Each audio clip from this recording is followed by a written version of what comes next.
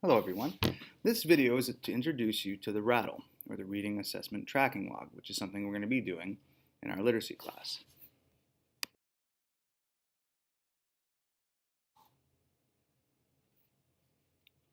Now your learning goals for the RATL are going to include read a nonfiction article. You may need to reread it to complete the task fully. You need to be able to provide important details like summarizing in regards to the article you read. I want you to be able to identify new vocabulary terms that you can add to your personal vocabulary. And what I mean by that is you should be using the words in your everyday speech. And I want you to reflect on why the article you read was interesting to you or what you've learned from the article. So what you need to understand about that is I really want you to pick an article that you're interested in or that catches, your interest or that you want to learn more about. Don't just read an article because you need to complete this assignment. Okay, so if you pick something you're interested in, it's going to be a lot more enjoyable.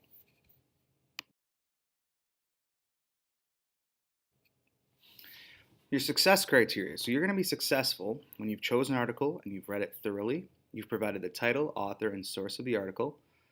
You've summarized the main and important ideas of the article clearly using your own words. You've identified at least 3 words that you're unfamiliar with. For those 3 words, you've provided a definition, a synonym, and an antonym for each of the new words.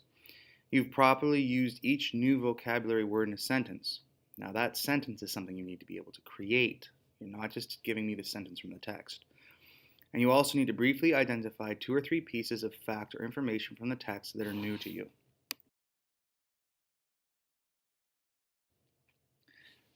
Now on the assignment sheet, I've given you a long list of reputable sources.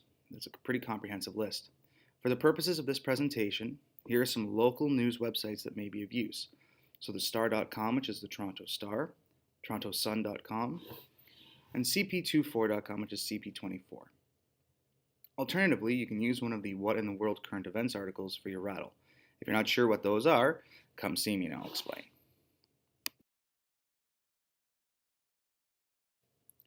The components of the RATL. So you need to add, in your submission, you need to have the date, so the day that you completed the reading or the activity, the title, author, and source of the article, a summary of the article, your key vocabulary, which is the new words that you're going to define, your new words used in sentences, and any new knowledge or learning you got from the article as well as why you were interested in it. And I'm going to give you some examples of those coming up.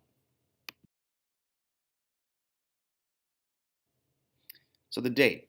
The first thing you need to include when you submit your RATL is the date that you completed it. And so it's pretty self-explanatory, I think. So you're just going to write the day's date. So for example, March 26th, 2015. Next, you need to give me the title, author, and source of the article. So the title, for an example, was Oscars 2015. John Legend and Common performed Glory from Selma. The author was Joy Marie Mackenzie, and the source was Good Morning America.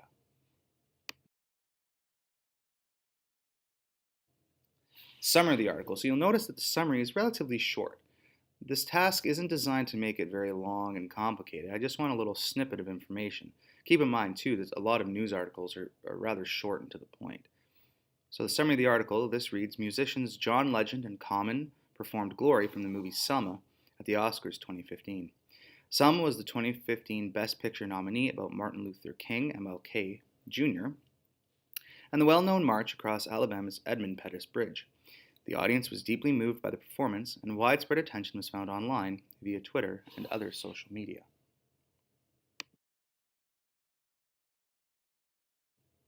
So your key vocabulary. So a word in the article that wasn't very common or that we didn't really understand what it meant was chimed. So we define it. And the definition is to be in agreement or harmonize. Synonyms are interject, interpose, and interrupt. And antonyms are disrupt or disagree. And that's the task, or that's the things you need to complete for each new vocabulary word. Those 4 little points there. Next, we have to use that new word in a sentence. Remember, the sentence has to be something you created or came up with. I don't want you to just copy the sentence from the article. So, for example, here we have, during a lesson, Eric chimed in during the instructions and was scolded by the teacher. Notice that I've underlined the new word in the sentence. That lets me easily identify where you put the new word in your sentence, and I'd appreciate if you did the same. The last part of the rattle is new knowledge or learning. You can also add in here why you're interested in the article. So for our example, it reads, I learned that the Academy Awards are synonymous or mean the same thing with Oscars.